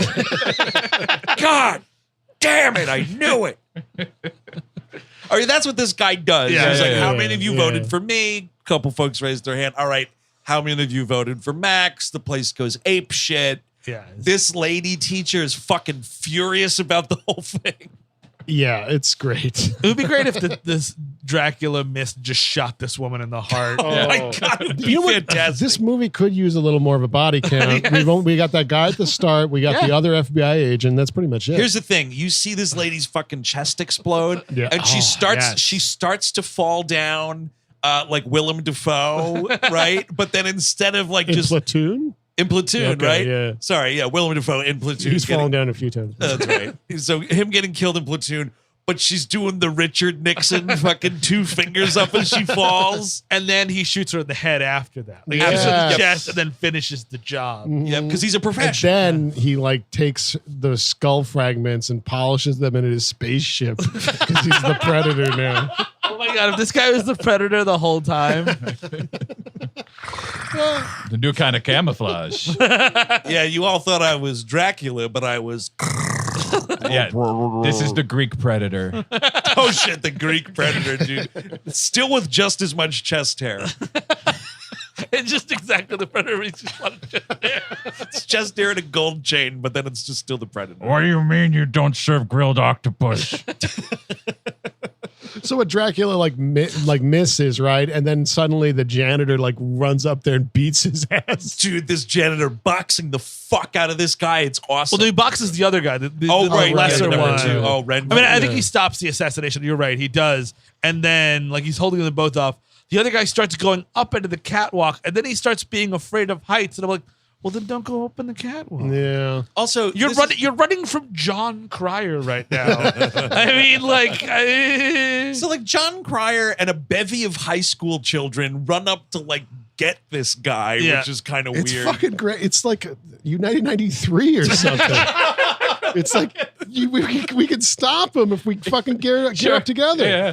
But what's weird is like John Cryer, Use of force. he's crawling up this catwalk after this guy, and he's acting like, whoa, I could fall in any second. Whoa. And then you see an overhead shot of what he's standing on, and it's like a 2-foot wide platform with safety handles Yes. there. I was like, just walk up this. You're Yes. not going to fall. Yeah. It's not like he was on like a little balance beam type thing and, there was nothing to hold on to. That would be hilarious if Capados was doing like, okay, yeah, I think I'm gonna hire you for one of my goons here. One thing, you scared of heights?